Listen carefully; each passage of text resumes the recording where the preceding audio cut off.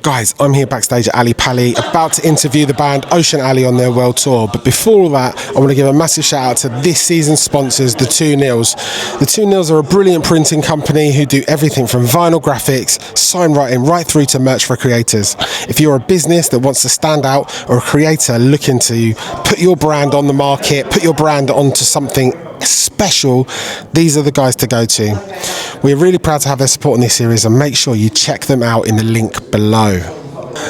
Guys, welcome to interview sessions. I'm backstage at Ali Palace in London, and I am sitting with global sensations Ocean Alley. They're on their world tour, and we are going to be chatting all things, including the new album, touring, and any other gossip we can find out. Now, just before you guys introduce yourself, can we just acknowledge the song that put you on the map in the UK, Confidence?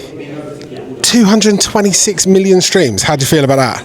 That's pretty crazy. I don't think when we were writing it, we would have thought it got that much. No, not at all. It's cool that people are still kind of enjoying it sort of 5-6 years on from when we made it. Yeah. 226 million views is... That's huge. That's huge. And you know, like we said, that put you on the map here in the UK, and that is why you're here, headlining, only European date. How do you feel about that? I'm stoked to be back in the UK. We love coming here. And yeah, I mean, it's this venue. This venue is incredible. Just the height of the ceiling, the size of the place. It's a pretty magical spot. So for those of my followers and viewers that don't know who you are, introduce yourself. We're Ocean Alley. We're a 6-piece rock band, surf rock band from Australia. And yeah, we've been together since our first EP came out in 2013, and we just released our 5th full-length album. That's amazing. So what are your names? I'm Angus. And what is your role in the band? We both play guitar. Okay.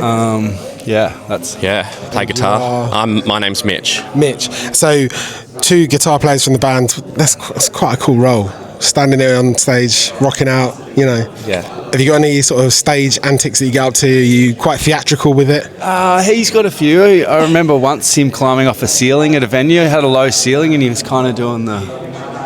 Yeah. I mean, wow, that's impressive. I think I might struggle to get to the ceiling tonight. With the guitar hanging off the back as well, which was pretty impressive. I mean, I think you might. Have you seen how high they are? They're really high. Alexandra Palace. So for those of you that don't know, it's a huge building. So your new album, Love Balloon, is out now, guys. Go check it out. It's in all of the places: Spotify, Apple Music, wherever else you get your music from. I think you can get it on vinyl here as well, in some shops that still sell vinyl. It's a bit old-fashioned nowadays, but true music lovers will still love a good bit of vinyl. I mean, who doesn't love a bit of vinyl? It's just a raw quality sound. So, what is one core feeling or message that you hope fans walk away with after hearing Love Balloon? Love Balloon is way more upbeat than our last record, Low Altitude Living, and we wrote that after our lives sort of changed, changed forever when we've started having families and, growing older. Not too old yet, but and so we hope that they take away from it just that sense of happiness and joy, and it's about loving yourself, loving your friends, and loving your partners, I think. Yeah, it's meant to be fun and uplifting. I think when people will come to our concert, we kind of wrote it with a sort of a groove that we wanted people to be uplifted and have a good time. Yeah, I love that. That's a great reason to want bands to engage with the music, and in the end, it's all about the music, right? What's a lyric or melody on this album that you're personally most proud of, and why? For me, there's a track on the record called Sweet Boy, and Baden wrote the chords to that, I think, or someone did, but we were looking for lyrics, he hadn't had them organised yet, and I had written a poem a few months before titled Sweet Boy, and gave it to Baden, and he looked over it and used most of the poem in the lyrics for that song, so I'm proud of that, yeah. Amazing. What about you? I'd say the song Tangerine is probably my favourite. It's sort of about a couple of the boys did a road trip through the desert and kind of describing the sky and the colour of the earth in that part of Australia, which I thought was pretty cool. Love that. Is there a track on the album that went sort of through a huge transformation from like demo to final cut? Be the title track, Love Balloon. I think that took a long time to kind of, finally land on where we landed on it.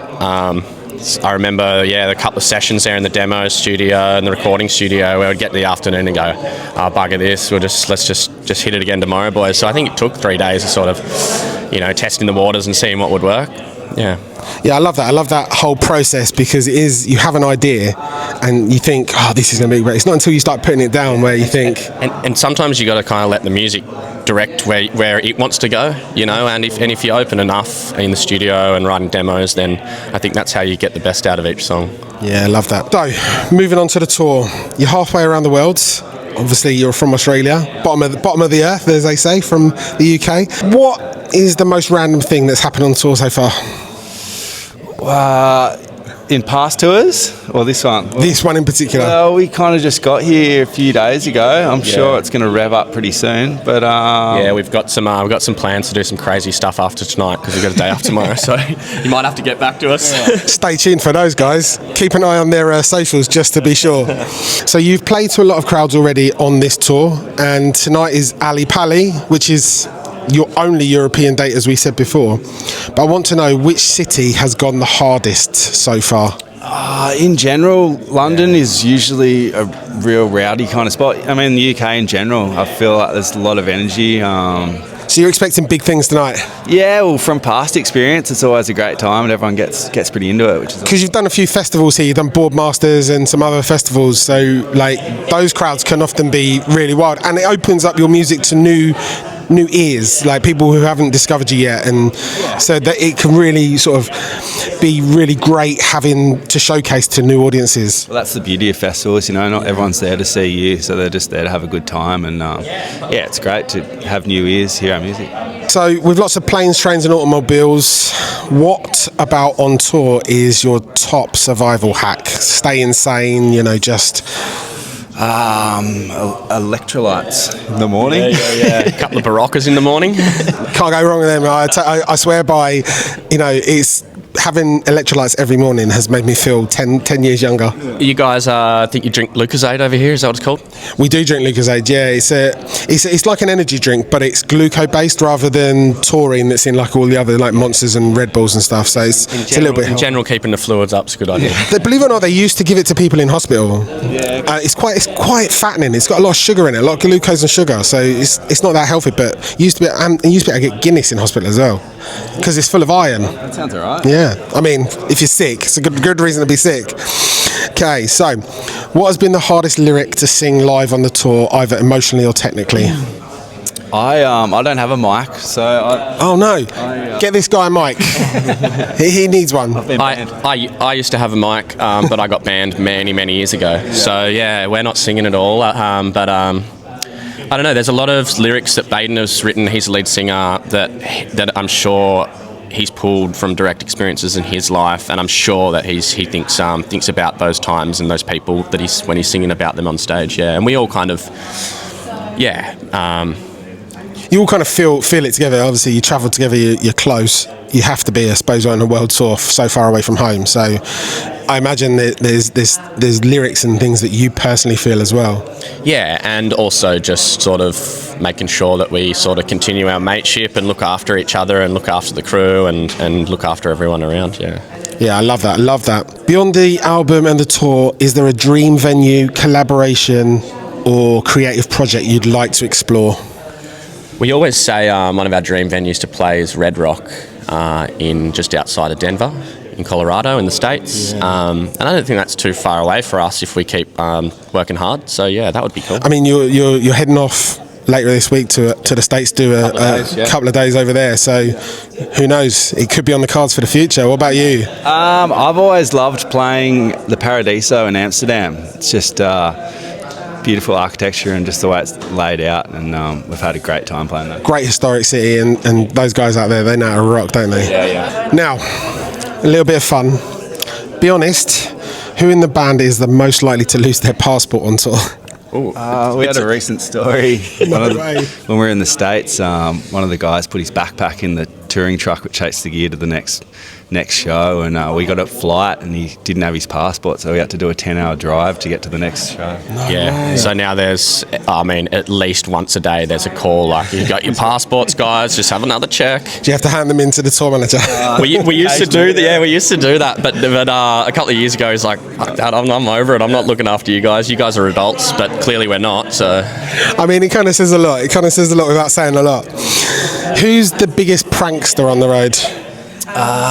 Probably the drummer. He's always usually getting up to a bit of mischief, and keep an eye on him. 100%. It's all those loud decibels of eroding away over the years through the brain, you know. Who out of the bands that do actually have microphones are most likely to forget the lyrics during the live show? Baden, probably. Yeah, Baden does it. Yeah, I'm not going to say all the time, but no, he does sometimes. But then there was a funny story. I guess a lot of lead singers have had this experience, forgetting words in all the excitement and stuff, and you sort of just look to the crowd and go, "Can anyone help me?" And they start singing back. He's like, "Oh yeah, that's right." I guess it is a bit like that. Whereas if you know your crowd well enough, if you do think you're going to forget the lyric, you just stop and just let them sing, and they love it. They feel part of the show. Yeah, that's live music. Like, it's cool that that's when you watch a band on stage and they make some hiccups and sort of come back from that, and that's what it's all about, really. Last question from me: who is the most likely to get lost in a new city and come back hours later with a wild story? Ooh, depends who's had more Guinness, I reckon. But I've been lost in a city that I've known very well before, and I actually lost my phone and got lost, and then I was trying to make it to the gig on time. I knew I was running late. I finally figured out where I was, and I was like, yeah, this is the street, that's the venue up there. And as I ran closer to the venue, I could hear the boys playing.